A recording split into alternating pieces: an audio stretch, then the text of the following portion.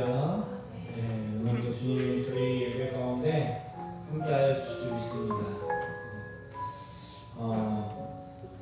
성경에 보면 마지막 주님 오실 때 우리의 이 육체가 호련히 신령한 몸으로 변화된다고 말씀하시거든요. 그거 어떻게 변화될까 늘 궁금했어요. 그럼 여러분들의 이 지금 삶의 모습, 내 지금 생김새, 이 모든 게 신령한 몸으로 바뀐다고 말씀하시죠. 이 신령한 궁금하지 않으시나요? 정말 궁금해지고요. 지금 우리는 육신의 한계를 가지고 있어서 아프기도 하고 또 내가 만족스럽지 않은 모습으로 살아갈 때가 있습니다. 그러나 우리가 주님 만나는 그날, 천국에 가는 그날에 우리의 삶의 태도, 모습 모든 것이 바뀌게 돼요. 어떻게 바뀔까요? 가장 선하고 가장 완전하고 가장 아름다운 모습으로 바뀌게 될 줄 믿습니다. 그걸 성경에서 원형이라고 합니다. 원형. 네. 지금 나의 모습은 세상이 만들어놓고 사람들에 의해 만들어진 모습이 더 많습니다. 그것 때문에 우리 상처받기도 하고 불평하기도 하고, 하나님이 원래 우리를 지으신 모습대로 회복되어지면 가장 행복한 기쁨의 삶을 누리게 될 겁니다. 이 예배가 그 원형의 삶을 회복시키는 그 천국의 신령함으로 변화되어지는 그 은혜를 경험하는 축복의 시간이 좀 있습니다. 그런 은혜를 기대하며 함께 예배 자리로 좀 나아가겠습니다. 우리 기도하며 예배하겠습니다. 하나님 감사합니다. 오늘 이 예배에 주님이 우리의 주인공이시며 왕이시며 마땅히 예배 받으실 참된 하나님이신 줄 믿습니다. 예배로 나온 우리 모든 성도들 마음에 소망케 하여 주십시오. 지금 이 모습으로 그냥 끝나는 인생이 아니라 정말 하나님께서 신령으로 우리의 몸을 호련히 변화시키시는 완전한 삶이 있다는 걸 기대하게 하시고 그날을 소망하며 무릎도 아프고 몸도 아프고 나의 생김새, 나의 형편, 처지 하나님 이것에 남하고 사단은 계속 좌절케 하지만 그 마귀를 이기신 예수님께서 온전케 하시는 그날이 있음을 믿고 오늘도 감사함으로 예배 자리에 나아가게 하소서. 물론 영광 받으신 주님을 기대하며 우리를 원하시는 예수님의 이름으로 기도합니다. 아멘. 네, 우리 시간 함께 찬양으로 예배하겠습니다.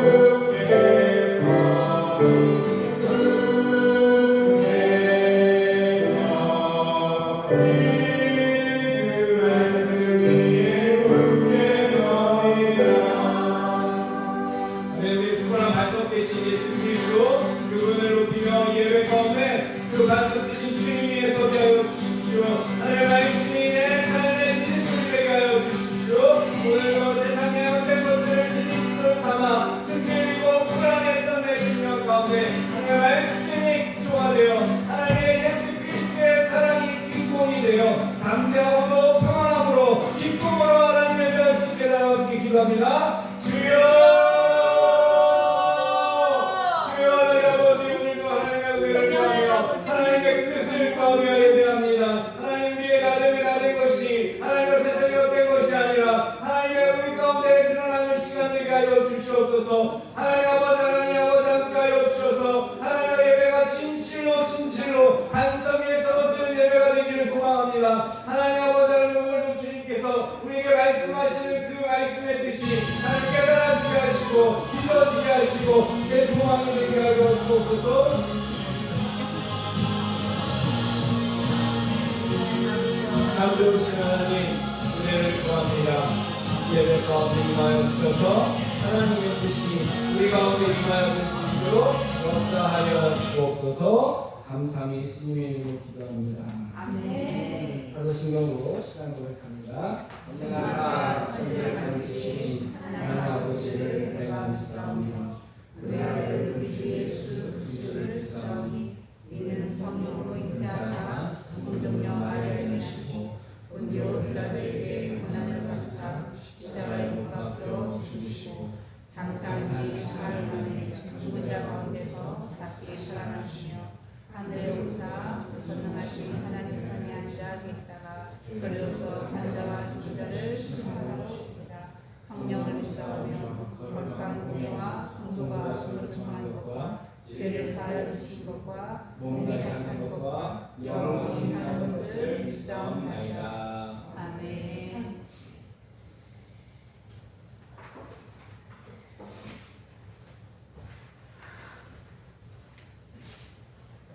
찬송가 488장 찬양하며 넘어가겠습니다. 찬송가 488장 찬양하겠습니다.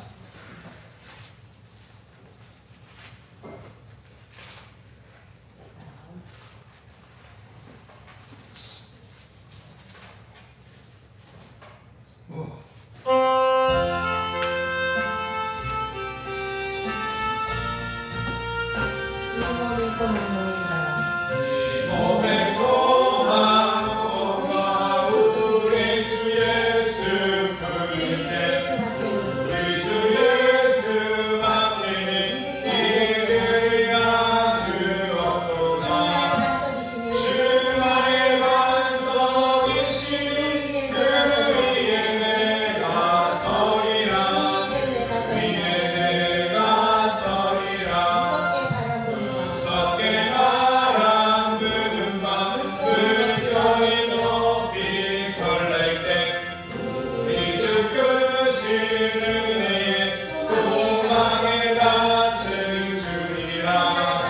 주 나의 반석이시니 그 위에 내가 서리라.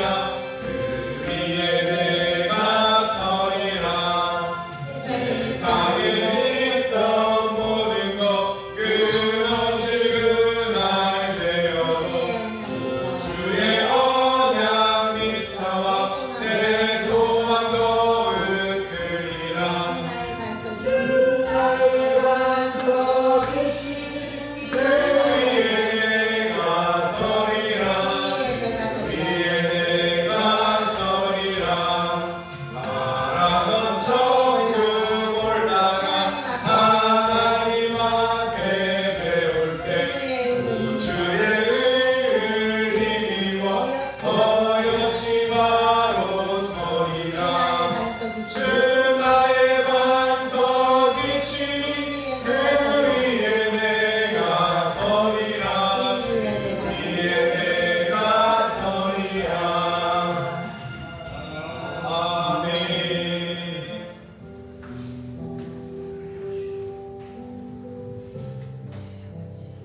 기도하겠습니다. 하나님 아버지 감사합니다. 이곳 땅 끝에 해성교회를 세우시고 우리 목사님과 해성가족 성도님들과 하나님의 뜻을 이루어 하나님의 나라를 세워져 갈 수 있도록 함께 하시니 감사합니다. 너무나도 좋은 환경과 조건 속에서 주님의 풍성한 말씀과 은혜 가운데 있음을 감사하며 굳건한 믿음 속에 사랑의 실천을 하게 하시옵소서. 요셉의 삶을 묵상합니다. 그의 삶이 우리의 삶이 되게 하시옵소서. 일찍이 아버지의 사랑을 받고 알았기에 형들의 시기와 미움과 먼 나라로 팔려가는 아픔과 환난의 연속 속에서도 인내의 소망이 있었던 건 하나님 아버지의 사랑이 요셉의 마음속에 차고 넘쳤기 때문입니다. 아멘. 우리의 각자의 삶도 그렇습니다. 우리의 성교회 모든 성도님들 하나님의 사랑을 넘침에 받고 있음을 깨닫고 요셉처럼 항상 겸손한 자세로 하나님의 사랑과 믿음 속에서 날마다 소망을 가지고 삶의 능력이 되게 하시옵소서. 아멘. 감사드리며 우리를 죽도록 사랑하신 예수님의 이름으로 기도드립니다. 아멘. 이어서 드리시는 기도하겠습니다. 하나님 고맙습니다. 요셉의 인생 가운데 아버지의 사랑이면 충분했던 것처럼 우리 인생에도 아버지의 사랑이 충분하여 주님 한 분으로 충분한 믿음으로 믿음의 고백으로 예물을 드리오니 주님 쓰려 사용하여 주시고 들어 쓰실 때 하늘의 신령한 은혜와 은총으로 기름 부으시고 쓰이는 곳마다 주의 나라가 살아나는 영혼들이 하나님께 문 돌리게 하여 주시옵소서. 우리에서 모든 믿음의 식구들이 또한 하나님의 믿음으로 10분의 1을 드리고 하나님 이 드려진 손길을 구별하시고 그의 인생을 주님께서 선별하셔서 거룩한 믿음의 반석에 세우셔서 모든 이들에게 하나님 본이 되어지는 하나님의 백성에게 허락되어지는 하늘의 신령한 복으로 기름진 것으로 채워 주옵소서. 여호와를 하나님의 백성으로 삼으시고 자기 백성으로 택하신 하나님 이 백성을 축복하신다 해서 이 드려진 예물 위에 주의 이름으로 채워 주옵소서. 주님께 모든 걸 드리오며 예수님의 이름으로 기도합니다. 아멘.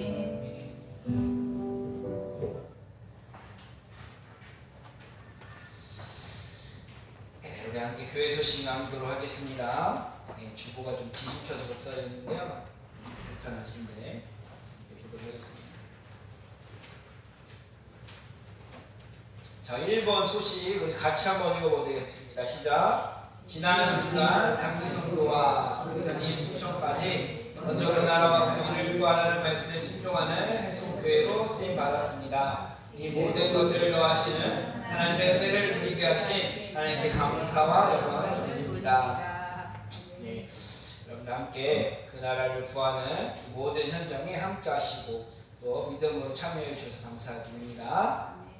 우리 또 김순자 원사님 지난 화요일 날 시모 되시는 분께서 소천하셔서 저희가 또 위로하였고 하늘 소망을 함께 기원하였습니다.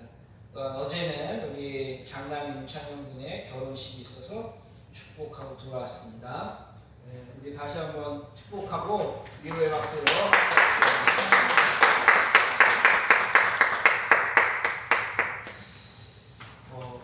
어제 순자 권사님은 안 오셨나요? 그럼 무슨 말인지 모르시죠? 완전 딴 사람이들 완전 딴 사람. 네, 우리가 신령한 몸으로 변화되는데 어떤 건지 제가 어제 체험했습니다. 네, 아 이렇게 변화될 수 있구나. 네, 정말 광주에 가서 화장을 하시기 바랍니다. 너무 예쁘셔가지고 제가 못 알아볼 뻔했습니다. 아무튼 이 땅에서의 뭐 변화는 사실 일시적이에요. 하루만 지나면 원래 모습 돌아가요. 근데 하나님 나라의 그 신령한 몸으로 바뀌는 건 영원합니다. 그때를 소망하시고 우리가 믿음을 끝까지 승리하시길 축원합니다. 아멘. 자, 고영수 성도님께서 백내장 시술을 하시고 지금 집에서 가려 중에 계셔요. 네, 집에서 지금 회복 중에 계신데 주위에서 기도해 주시기를 바랍니다. 이번 주 이제 한 주간은 제가 교회를 좀 돌보면서 대청소를 좀 하려고 합니다. 여러분 틈틈이 여러분들 시간 되시는 분들은 와서 봉사자로 함께 여러분들 섬겨 주시면 감사하겠습니다.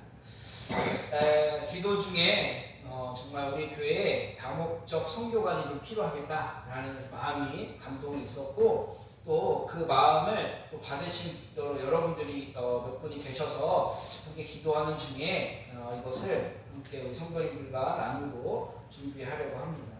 여러분들도 함께 기도해 주시면서 우리 해송교회 안에도 정말 하나님께서 쓰시고 하나님께서 행하실 일들을 기대하면서 이 다목적 선교관을 준비하는 일에 여러분들도 참여해 주시기 바랍니다. 다음 주 주일 예배는 일본 단기 선교 보고 예배로 드려집니다.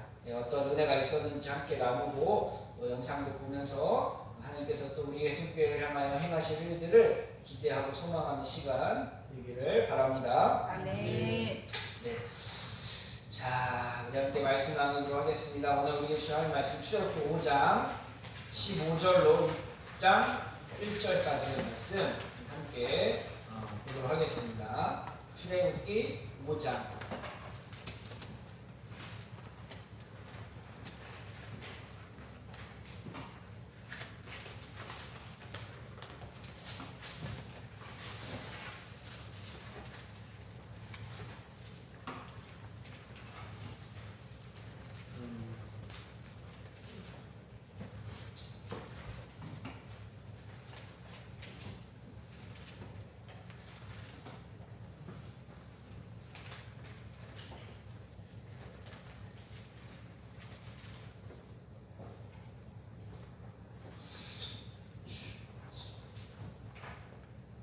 천천히.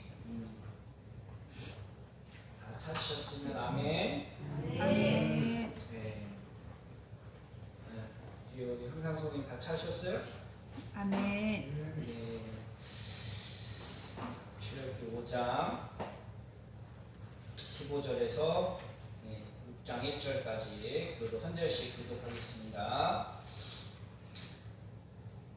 이스라엘 자손이 기록원들이 가서 바로에게 호소하여 이르되 왕은 어찌하여 당신의 종들에게 이같이 하시나이까? 당신의 종들에게 짚을 주지 아니하고 그들이 우리에게 벽돌을 만들라 하나이다. 당신의 종들이 매를 맞사오니 이는 당신의 백성의 죄니이다. 바로가 이르되 너희가 게으르다. 그러므로 너희가 이르기를 우리가 가서 여호와께 제사를 드리자 하는도다. 이제 가서 일하라. 짚은 너희에게 주시지 않을지라도 벽들은 너희가 수량대로 바칠지니라. 기록하는 일을 맡은 이스라엘 자손들이 너희가 매일 만드는 벽돌을 조금도 감하지 못하리라 함을 듣고 화가 몸에 미친 줄 알고 그들이 바로를 떠나 나올 때 모세와 아론이 길에 서 있는 것을 보고 그들에게 이르되 너희가 우리를 바로의 눈과 그의 신하의 눈에 미운 것이 되게 하고 그들의 손에 칼을 주어 우리를 죽이게 하는도다. 여호와는 너희를 살피시고 판단하기를 원하노라. 모세가 여호와께 돌아와서 아뢰되 주여 어찌하여 이 백성이 학대를 당하게 하셨나이까? 어찌하여 나를 보내셨나이까? 내가 바로에게 들어가서 주의 이름으로 말한 후로부터 그가 이 백성을 더 학대하며 주께서도 주의 백성을 구원하지 아니하시나이다. 여호와께서 모세에게 이르시되 이제 내가 바로에게 하는 일을 내가 보리라. 강한 손으로 말미암아 바로가 그들을 보내리라. 강한 손으로 말미암아 바로가 그들을 그의 땅에서 쫓아내리라. 아멘. 기도하겠습니다. 하나님 감사합니다. 부족한 종 하나님 정말 죄와 허물뿐인 이 어리석은 죄인에게 하나님의 말씀을 깨닫게 하시고 나누게 하시며 우리의 신앙생활 가운데 덕과 유익을 주게 하시기 위함을 믿습니다. 아멘. 하나님만 드러나게 하시고 저의 연약함이 오히려 하나님의 영광을 나타내는 통로로 쓰임받게 하여 주옵소서. 오직 우리 사랑하는 성도들에게 생명 되신 주의 말씀이 들려지기를 간구하며 예수님 이름으로 기도합니다. 아멘. 네. 그래요. 불안 인사하겠습니다. 잘 오셨습니다. 잘했습니다. 네, 정말 잘 오셨습니다. 오늘도 주님이 여러분들을 불러주신 줄 믿습니다. 아멘. 자, 오늘 바로의 눈에 가시가 된 것은 실패가 아니라 구원이다. 이 말씀 함께 나누도록 하겠습니다. 사람들은요, 공동체나 특별히 어떤 힘과 권력을 가진 누군가의 눈 밖에 나는 것을 굉장히 두려워합니다. 그렇죠? 여러분들 살아가면서 눈 안에 들기 원하지 눈 밖에 든다는 건 굉장히 어려운 일인 겁니다. 여러분 눈 밖에 나보신 적이 있어요? 네, 누군가에게 눈 밖에 나서 어려움을 당하고 고난을 당해 본 적은 한 번씩 살아가면서 있을 겁니다. 학생들은 선생님의 눈 밖에 나지 않기 위해서 선생님의 말씀을 잘 지킵니다. 자녀들은 부모의 눈 밖에 나는 일이 없도록 순종하며 자신의 책임을 다하지요. 직원들도 사장의 눈 밖에 나는 일이 없도록 성실히 일하기도 합니다. 친구 관계에서도 친구들과 서로 눈 밖에 나지 않도록 그 관계를 유지하며 살아갑니다. 왜 그럴까요? 두렵기 때문에. 눈 밖에 나올 때 일어나는 일이 자신에게 얼마나 큰 손해가 되며 아픔이 되며 상처가 되는 것을 알고 있기 때문입니다.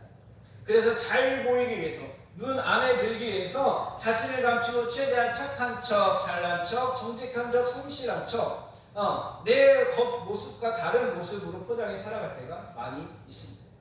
마음이 원해서 하는 것이 아니라 두려움으로 스스로 속이며 잘 보이려고 노력하는 것입니다.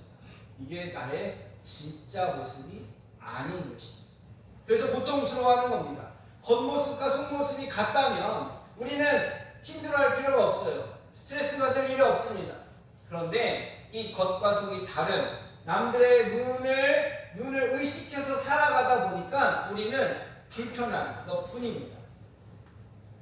그렇게 사람들에게 눈에 잘 들기 위해서 나를 포장하고 살아가서 사람들에게 인정을 받는다고 해도 잠시 만족과 안정을 누릴 수 있어도 그 마음은 언제나 공허함 뿐이라는 것이죠. 왜 그럴까요? 진정한 만족이 사람들의 평가와 인정이 있지 않기 때문에 그렇습니다. 이것을 인정과 평판의 목말은 우리의 죄성이라고 말합니다. 여러분들, 누군가의 눈을 의식하며 살아가는 것이 우리의 본능적 죄의 태도라는 것이죠. 이스라엘에서도 그러했어요. 이 애굽의 당대 최고의 이 주변 애굽이라는 이 당대 최대 강대국 안에 살면서 그들은 이방인으로 400년 동안 그 애굽 땅에서 살아갔습니다. 400년 동안 살면서 큰 민족이 되었어요. 우리나라도 2024년도 기준에 제가 찾아봤어요. 대한민국 총 인구수가 51,750만 명. 예.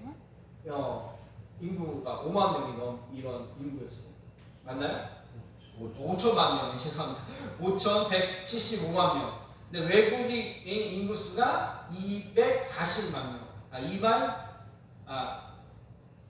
204만 명. 죄송합니다. 204만 명. 그러니까 이게 인구의 전체 인구의 3.9%예요. 우리나라 인구의 3.9%가 외국인이 이제 차지하고 있다.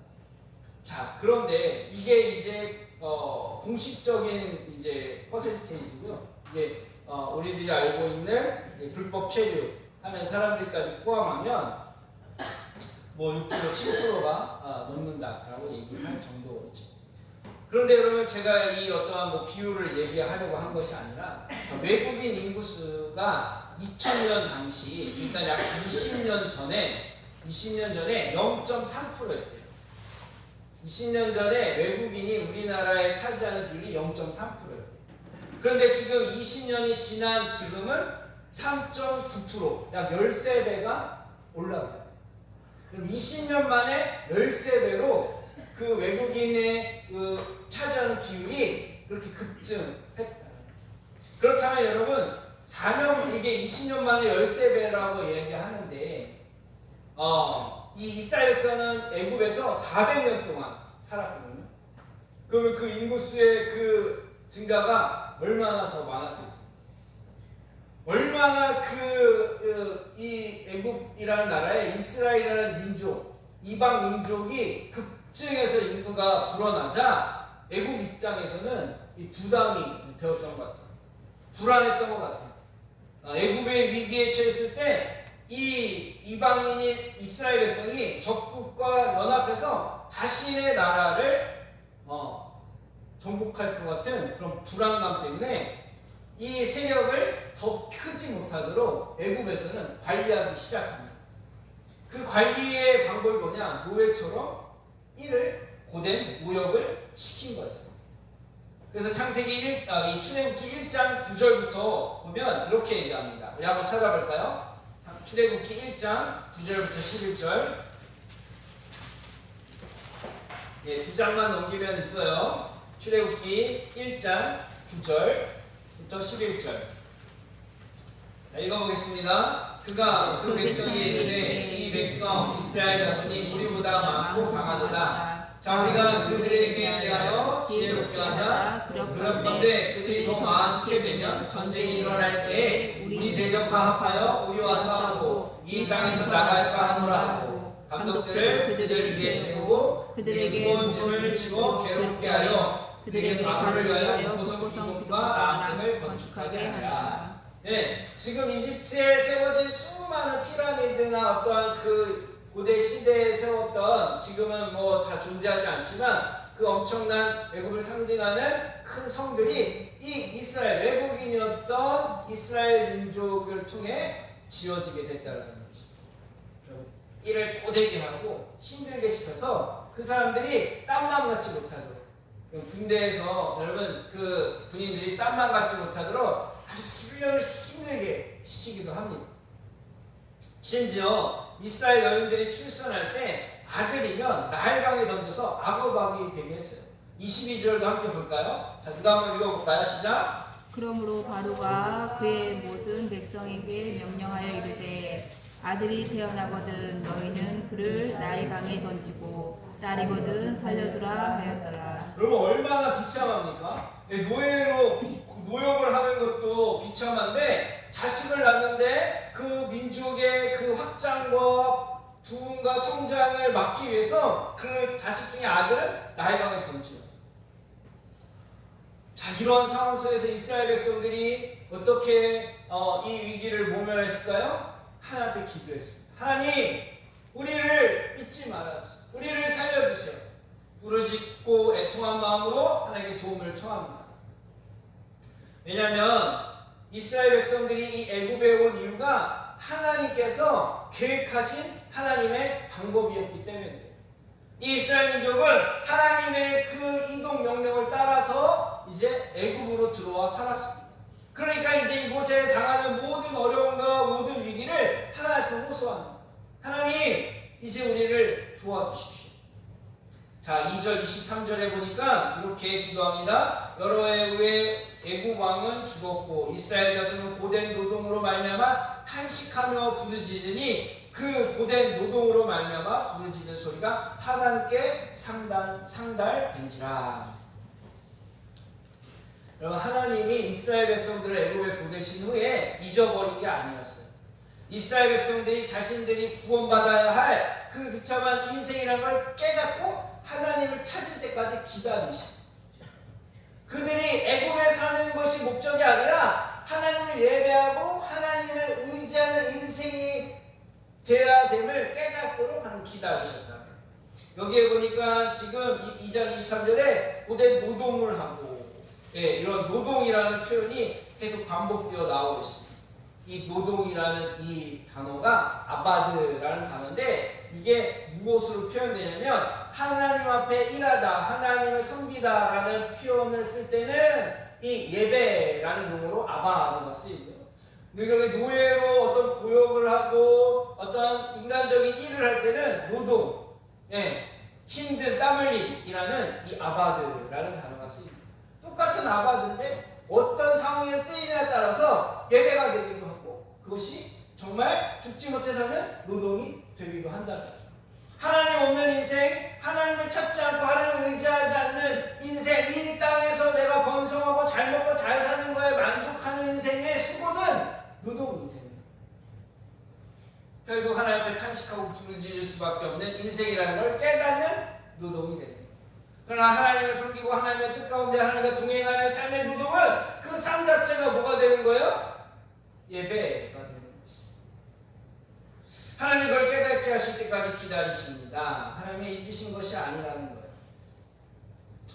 그때가 바로 구원의 날인 것이고 성경은 이것을 기억하셨다라고 말씀하세요. 2장 24절 25절에 하나님의 그들의 고통 소리를 들으시고 하나님의 아브라함과 이삭과 야곱에게 세운 그 언약을 기억하사 하나님이 이스라엘 자손을 돌보셨고 하나님이 그들을 기억하셨더라. 하나님이 기억하시면 잃어버렸다가 생각난 것이 아니라 비로소 하나님께서 계획하신 구원의 때가 되었다라는 뜻입니다. 여러분, 하나님께서 여러분들을 기억하시는 날이 있기를 축복합니다. 아멘. 여러분들을 기억하셔서 지금 이 자리에 부르신 줄 믿습니다. 아멘. 구원의 때가 있다라는 거예요. 그때 우리는 하나님 앞에 나아가는 거예요. 근데 여기서 기억해야 하는 중요한 사실이 하나 있어요. 구원은 우리가 간구한다고 해서 우리가 찾는다고 해서 우리가 원하는 대로 구원이 이루어지는 것은 아니라는 사실. 구원의 때도 하나님이 정하시고 구원의 방법도 하나님의 계획대로 이루어진다는 사실. 자, 그 구원의 방법에 어떠한 일을 이루셨냐면 이스라엘 백성은 바로의 눈에 가시가 되어 더욱 고통받게 되었다는 거죠. 자, 5장 21절에 이렇게 얘기합니다. 그들에게 이르되 너희가 우리를 바로의 눈과 그 신하의 눈에 미운 것이 되게 하고 그들의 손에 칼을 주어 우리를 죽게 하는도다. 여호와는 너희를 살피시고 판단하기 원하노라. 지금 이스라엘 백성들이 더 고통받게 되었어요. 더 어려움을 당하게 되었어요. 하나님께 부르짖고 하나님이 기억하셔서 그들을 구원코자 도우시는 그 일이 오히려 더 이스라엘 백성들을 고통받게 했다. 이스라엘 백성들이 눈에 가시가 되겠다는, 누구의 눈에요? 바로의 눈에. 여러분들의 눈에 혹시 가시가 되어지는 사람이 있나요? 그 사람이 여러분들의 구원을 이루신 하나님의 통로로 쓰임받고 있는 줄 믿으시기 바랍니다. 아멘. 여러분이 상황 가운데 가시처럼 여겨지는 상황이 있나요? 그것이 우리를 구원하시기 위해 하나님이 쓰시는 하나님의 도구임을 믿으시기 바랍니다. 아멘. 이스라엘 백성들은 바로 왕이 자신들에게 이전보다 더 많은 노력을 시키고 일량을 채우지 못하면 때리고 채찍으로 때리며 고된 노동량을 채우도록 요구했습니다. 자, 왜 바로는 갑자기 하나님의 구원의 계획이 시작되어진 이 시점에서 이스라엘 백성들을 향해 그렇게 눈에 가시처럼 그들을 괴롭히고 그들에게 고된 노역을 더 가중시켰을까요? 모세가 바로를 찾아가서 이렇게 얘기했습니다. 우리가 하나님 앞에 예배하러 광야로 나아가야 되겠습니다. 자, 5장 3절, 4절 이렇게 함께 보겠습니다. 그들이 이르되 히브리인 하나님이 우리에게 나타나셨은즉 우리가 광야로 4일쯤 가서 우리 하나님 여호와께 제사를 드리려 하오니 가도록 허락하소서. 여호와께서 전염병으로 칼로 우리를 치실까 두려워하나이다. 자, 애굽 왕이 그들에게 이르되 모세와 아론아 너희가 어찌하여 백성의 노역을 쉬게 하느냐 가서 너희의 노역이나 하라. 모세는 이스라엘 백성들을 하나님께서 출애굽시키기 위해서 보내셨어요. 그래서 너는 바로에게 가서 이스라엘 백성들을 나오게 요청해라 라고 명령하셨어요. 모세는 순종해서 바로에게 갑니다. 우리 하나님께 예배하러 가야 되겠으니 우리를 보내주십시오. 뜬금없이 찾아온 이 모세의 말에 이 바로 왕이 화를 내요. 무슨 소리예요? 이 민족이 무슨 하나님을 예배하러 가는 자기의 소유물이었고 오직 바로만을 위해 섬겨야 했던 이스라엘 백성들을 하나님이라는 신적 존재라고 찾아와서 그 예배하겠다고 말하는 이 모세를 마땅히 여기지 않았습니다. 그래서 바로가 내린 처방은 뭐예요? 이스라엘 백성들을 광야로 예배하러 보내는 것보다 보내지 않고 오히려 그들에게 더 가중한 언어를 시켰다. 이제 6절, 8절에 바로가 그날 백성의 감독들과 기록원들에게 명하여 이르되 너희는 백성이 다시는 벽돌을 쓸 집을 정과가 지지지 말고 그들이 스스로 집을 짓게 하라. 또 그들이 전에 만드는 벽돌 수요대로 그들에게 만들게 하고 감하지 말라. 그들이 게으름으로 소리질러 이르되 우리가 가서 하나님께 제사드리자 하나니. 이스라엘 백성들이 지금 가만히 자신들이 당하는 이 어려움을 보니까 모세가 바로에게 가서 우리가 하나님 앞에 예배드리러 광야로 가야 되겠으니 보내주십시오 라는 말로 인해서 이 사단이 벌어졌다는 상황적으로는 사실이죠. 그러나 이 상황을 계획하신 하나님의 방법은 완전한 구원의 과정이었다는 것을 사람들은 몰랐다. 사람들은 구원이 그냥 밥 먹듯이 쉽게 되는 것으로 착각을 합니다. 그것을 원합니다. 믿으면 구원받는다라는 말을 진지하게 또 심도 있게 고민하지 않고 그냥 아무 생각 없이 문자적으로 받아들여요. 예수 믿으면 구원받습니다. 맞아요. 문자적으로 맞아요. 그러나 이걸 얼마나 우리가 진지하게 심도 있게 고민하며 받아들이냐가 중요한 사실입니다. 이런 사람들은 대부분 조그만 어려움이 생겨도 신앙을 버리게 되죠. 믿음은 자기 의지도 아니고 신념도 아니고 노력도 아닙니다.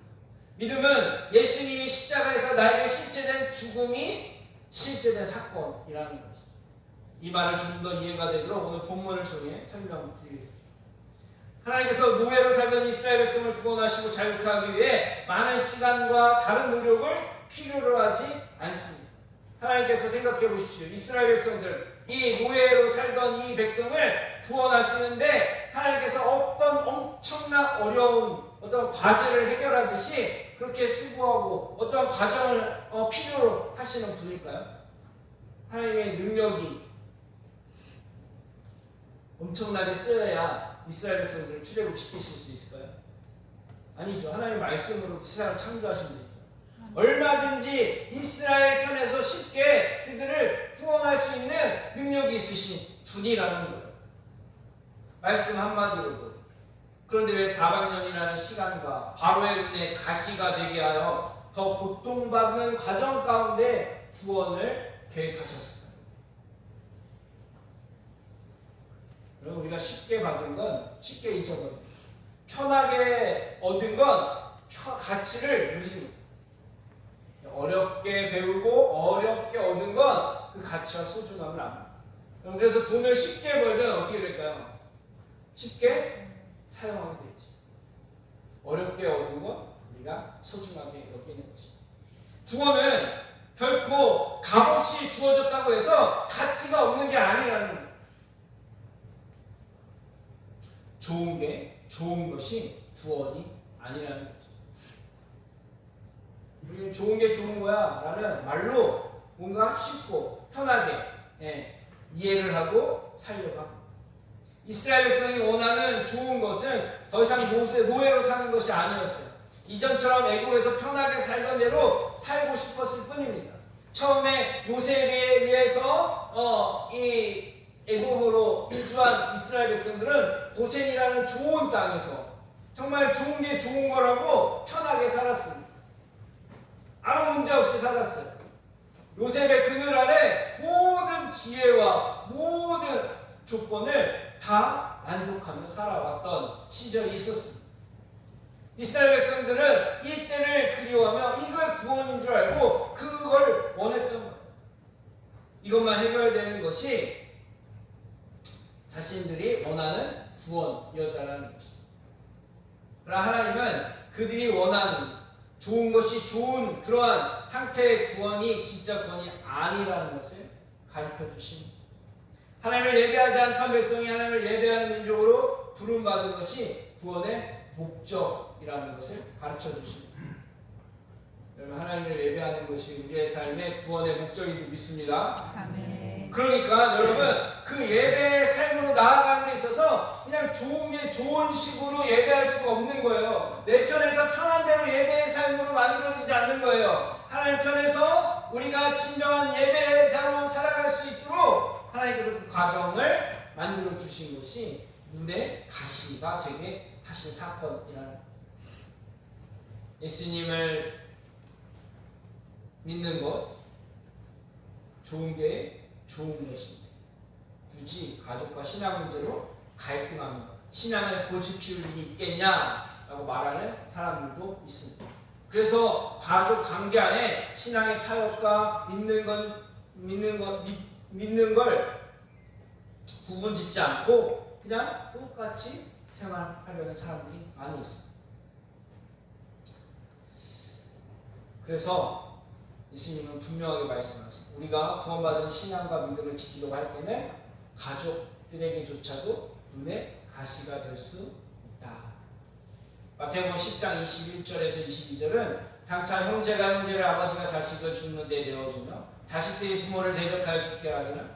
또 너희가 내 이름을 말미암아 모든 사람이 미움을 받을 것이나 끝까지 견디는 자는 구원을 받으리라. 아멘. 아멘. 구원은요, 누군가에게 있어서 눈의 미움의 가시가 되어질 수 있다는 거예요.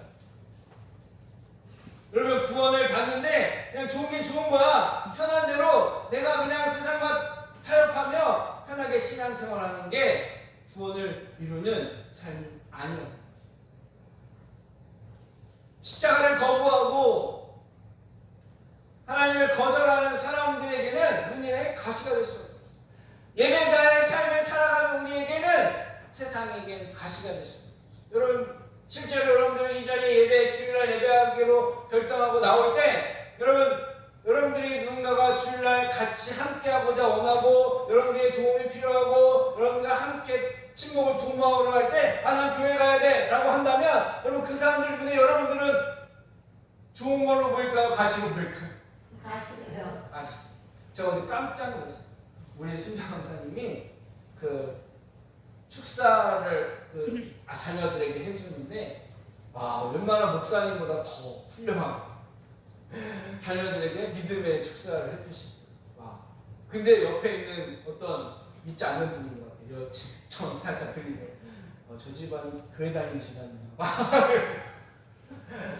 뭐예요? 불편하다 이거죠. 아니 왜 결혼식장에 기분 좋게 왔는데 왜 성경 말씀을 얘기하는 거야? 막 이렇게. 근데 말투가 편하진 않더라고요. 네. 근데 순장원사님은 그런 상황인 걸 알고 그런 불편함이 있을 줄 알고 사람들이 나를 가시로 보고 이곳에 자녀들조차도 얘들이 지금 마음이 얼마나 불편한지 알지만 믿음으로 선포하는 거죠. 아멘. 네. 믿는 우리는 얼마나 감동이 되지만 믿지 않는 사람들은 가시로 들리겠죠. 근데 그게 결국 무엇을 이루는 거예요? 구원을. 오늘 말씀이죠. 또 내가 너의 이름으로 말미암아 모든 사람이 미움을 받는 것이나 끝까지 견디는 자는 구원을 받아. 누군가에게 나의 신앙을 지키고 내가 하나님을 예배하는 사람으로서 그 삶을 살아가는 걸 드러낼 때 그게 가시처럼 보여질 수 있어요. 근데 그게 실패한 게 아니라는 거예요. 망한 게 아니라는 거예요. 손해본 게 아니라는 거예요. 그게 오히려 하나님 앞에 구원받은 증거가 된다는 것입니다. 이스라엘 백성은 하나님께서 계획하신 구원의 때와 구원의 방법을 몰랐습니다. 그래서 보이는 상황을 보고 모세를 원망하고 하나님의 구원 계획을 신뢰하지 못했어요. 여러분 모세조차도 이렇게 얘기합니다. 22절에 오늘 5장 22절 부분에 모세가 여호와께 돌아가더니 주여 어찌하여 이 백성을 학대당하게 하시나이까? 어찌하여 나를 보내셨나이까? 지금 하나님은 이스라엘 백성들을 구원하고 계시는 계획 가운데 그 일을 하고 계세요. 완전한 하나님의 구원 계획에 하나의 지금 절차가 진행되고 있는 거예요. 근데 모세도 이걸 그냥 학대로 생각합니다. 그냥 고통당한다고 생각합니다. 누군가에게 눈에 가시가 되어 어려움 당하고 있다고 생각하는 거예요. 아니요 여러분, 이것은 지금 하나님께서 이스라엘 백성들을 구원하시는 가장 완전한 방법이라는 사실이었습니다. 그래서 하나님께서 모세에게 설명해 줍니다. 6장 1절에 여호와께서 모세에게 이르시되 이제 내가 바로에게 하는 일을 내가 보이리라. 강한 손으로 말미암아 바로가 그들을 보내리라. 강한 손으로 말미암아 바로가 그들을 그의 땅으로 쫓아내리라. 아멘. 아멘. 여러분, 우리의 삶의 신앙의 믿음의 삶을 살아가기 위해 구원의 과정을 겪기 위해 겪는 이 가시 같은 어려운 상황들은 결국 무엇을 보게 되나요? 하나님의 강한 손을 경험하게 되어지는 축복의 시간인 줄 믿습니다. 아멘. 여러분의 인생의 신앙생활을 인하여 가시가 없다. 여러분의 눈에 가시처럼 여겨지는 그 사건, 여러분의 상황 가운데 가시처럼 여겨지는 불편하고 손해보고 어려운 일이 없다면 하나님의 강한 손을 경험하지 못합니다. 신앙생활하면서 하나님의 강한 손길을, 하나님의 구원의 그 능력을, 하나님의 도우심을 여러분 경험하지 못한다면 나는 좋은 게 좋은 거야 라는 식의 누군가의 가시가 되어지는 내 신앙과 예배자의 삶이라는 걸 내가 포기하고 있는 걸 수도 있다. 우리 애송의 가족들은 내가 예배자로 하나님을 섬기는 자로 부르심을 믿고 그 삶의 과정 가운데 겪게 되는 가시처럼 내 삶에 어려움이 있고 누군가로부터 가시처럼 여겨져서 내가 손해를 당하는 일이 있어도 그것을 포기하지 않고 타협하지 않고 끝까지 그 믿음의 걸음을 걸어서 하나님의 크신 구원의 손길을 맛보는 그런 놀라운 은혜가 있기를 축복합니다. 아멘. 사람들의 눈에는 하나님의 구원의 방법이 오히려 부담이 되고 꼭 그렇게 믿어야 하는지 꼭 불평하고 원망할 때가 있습니다. 여러분, 우리가 신앙생활하면서 꼭 이렇게 좁은 길로 가야 합니다. 날마다 자기를 죽어야 합니다. 여러분, 믿음의 삶에 이런 행동과 이런 습관은 합당하지 않습니다. 그거 버려야 합니다. 말하면 꼭 그렇게 해야 되냐? 남들 다 그렇게 사는데, 다 교회 다니는데, 다 이렇게 교회 다니는데 왜 우리 교회는, 왜 목사님은 꼭 죄 죽어야 된다고 그러고 죄 회개해야 된다고 그러고 지옥 얘기하고. 여러분 죄송하지만 여러분, 여기 우리가 지옥을 배제하고 신앙생활을 한다면 여러분 우리는 온전한 믿음을 도달할 수가 없어요. 오늘 하나님의 구원에 대하여 제가 이야기하지만 여러분, 구원에 대한 하나님의 큰 계획과 사랑을 설명하는 것보다 지옥을 설명하는 게 훨씬 더 빠르고 쉽습니다. 왜냐면 제 편에서는 하나님의 그 큰 은혜를 제가 다 헤아릴 수가 없어요. 그러나 존재적인 죄이기 때문에 그 지옥은 너무나 분명한 사실이기 때문에 여기에 우리의 가운데에 지옥 심판이나 십자가의 죽음이나 이런 하나님의 구원의 방법을 가시처럼 여긴다. 불편하게 여기서 그거를 배제하고 신앙생활한다면 죄송하지만 우리는 구원의 온전한 하나님의 큰 손길을 경험할 수가 없게 되어집니다. 불편하더라도 내가 지옥 갈 수밖에 없는 죄인이었다는 걸 깨닫고 지금 당장 내가 죽는다면 내가 하나님 안에서 그 구원의 은총 가운데 부름받은 자라는 걸 깨닫지 못한다면 우리는 더 이상 아무런 소망이 없는 그런 구원과 상관없이 종교인으로 살다가 끝날 뿐이라는 것입니다. 이스라엘 백성이 그랬습니다. 이스라엘 백성도 바로 왕의 가시가 되지 않고 그냥 편하게 구원받고 원했습니다. 그냥 노역도 이제 그만하고 예전에 그 애굽에서 편하게 살던 그때를 원했다는 거예요. 그건 진짜 구원이야.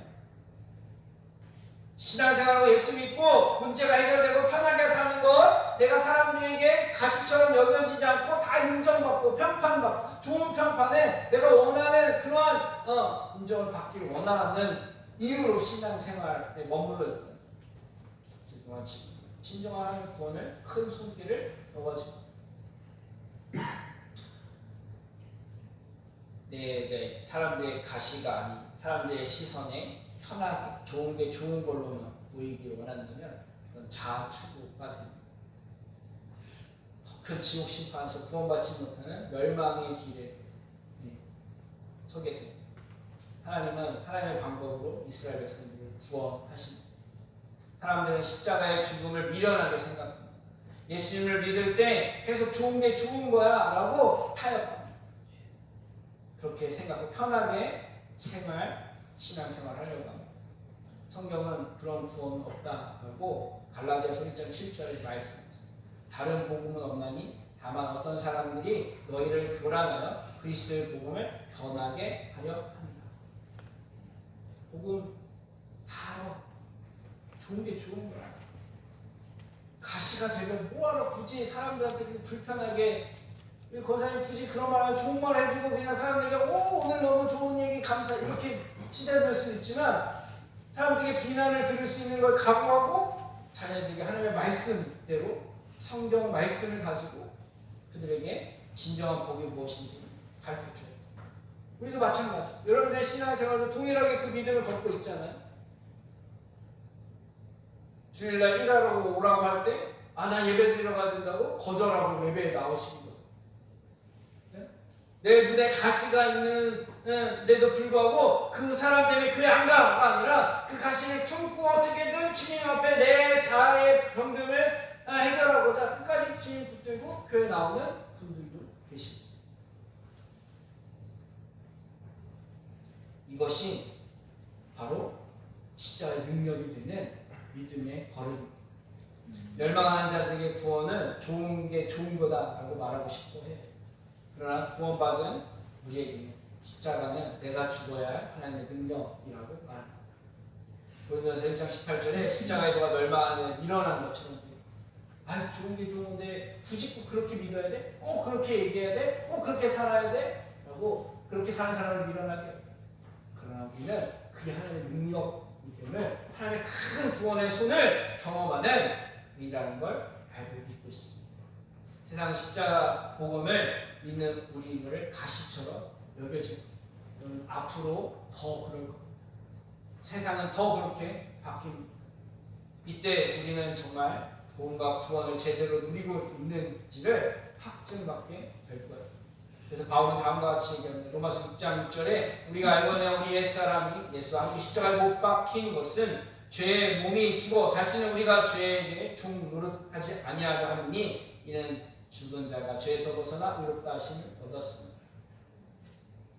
이스라엘 백성은 노예로 살면서 노역하며 자녀들을 나일강에 던져야 하면서 자신들이 원하는 구원을 바라며 하나님께 간구했습니다. 그러나 하나님은 이스라엘 백성들이 진정 받아 누려야 할 가장 선하고 완전한 구원의 방법을 준비해 주셨습니다. 그러나 이스라엘 백성들은 그저 가시로 여기고 불평하고 신뢰하지 않았습니다. 우리에게도 십자가를 구원의 방법으로 주시고 복음을 누리게 하십니다. 내가 바라는 방법이 아니라 불평하고 외면한다면 다른 구원의 기회는 영원히 주어지지 않는다는 것입니다. 오늘 내 삶의 가시들이 가장 선하고 완전하신 하나님의 구원을 이루는 십자가 앞으로 이끄는 은혜의 상황들임을 믿고 깨닫는 저와 여러분들 되기를 축복합니다. 아멘. 그래서 그 가시를 붙들고 십자가에 못 박힐 때 하나님의 큰 구원의 능력으로 부활을 경험하는 저와 여러분들이 될 것입니다. 아멘. 그 일을 소망하며 함께 믿음의 그 걸음을, 구원의 큰 능력을 경험하기 위해 함께 그 걸음을 걸어가는 우리 혜송이 가족들 되기를 주님의 이름으로 축원합니다. 아멘. 시간 함께 같이 잠시 기도하겠습니다. 기도 제목, 당장 나를 평가해주고 인정해주는 사람들에게 가시가 되어도 하나님께서 하신 큰 구원을 바라보며 모든 선한 일을 이루실 걸 찬양하는 그런 예배자로 살게 해달라고 함께 결단하며 기도하겠습니다. 사랑과 많으신 하나님 감사합니다. 오늘도 이 시간 하나님 내 눈에 가시처럼 여겨지고 또 나를 가시로 바라보는 내 믿음을 평가하고 시기하고 내 믿음에 대하여 미워하는 이들을 하나님 내가 불편해하지 않게 하시고 이것이 하나님의 구원의 큰 손길을 경험하는 복된 상황인 것을 깨닫고 더 하나님 신뢰하게 해주십시오. 하나님 왜 나를 이곳에 있게 하십니까? 하나님 왜 이런 상황을 허락하십니까? 라고 우리가 하나님 앞에 기도할 수 있지만 그것이 낙심이 되거나 절망이 되거나 신앙을 포기하는 일이 되지 않도록 하나님께서 큰 구원의 손길 가운데 함께 하시는 경험하는 귀한 시간을 주시옵소서. 하나님 우리는 남들에게 가시처럼 여겨지는 것을 너무나 힘들어합니다. 우리의 믿음 때문에 누군가에게 가시처럼 대우받는 걸 싫어합니다.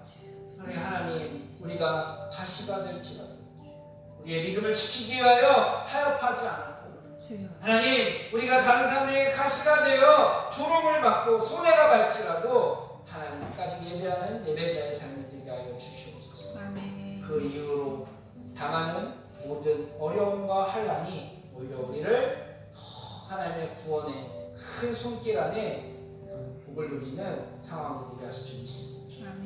오늘도 믿음의 걸음을 걷고자 결단하는 사랑하는 성도들 주님께서 기억하시며 그 때를 이루어 주옵소서. 아멘. 간구하며 예수 그리스도의 이름으로 간절히 축복함을 기도합니다. 아멘. 아멘. 이 시간은 찬송가 484장 함께 일어나서 찬양하시고 축도로 예배를 마치시겠습니다. 축도 후에는 우리 소그룹 문장 모임으로 모이도록 하겠습니다. 484장입니다.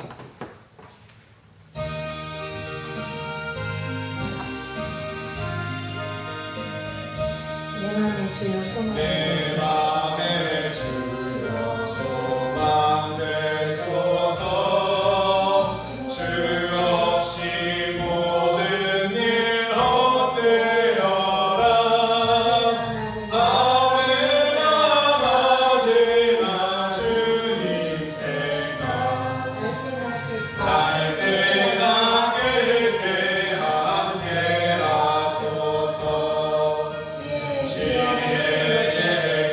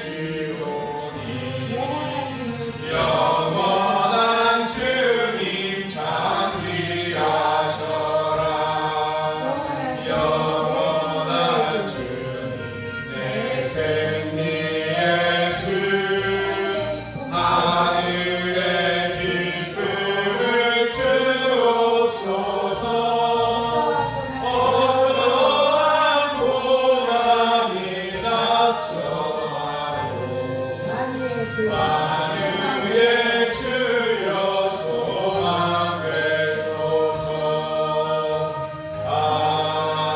아멘.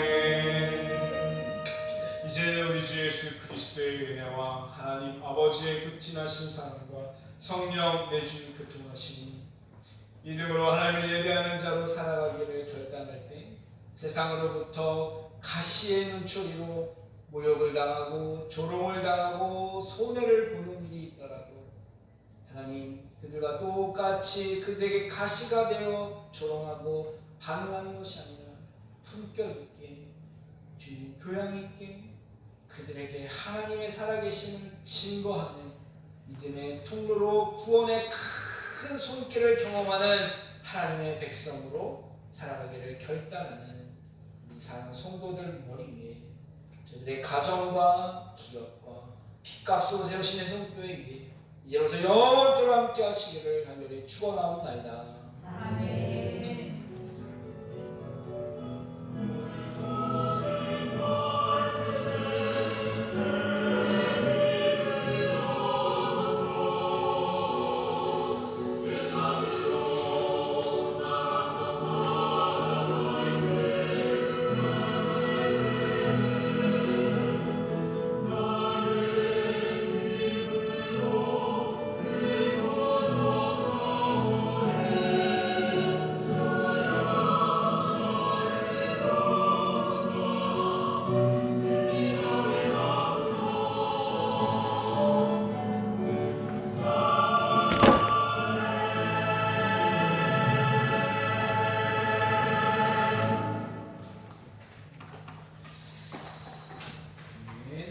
문장 기도하겠습니다.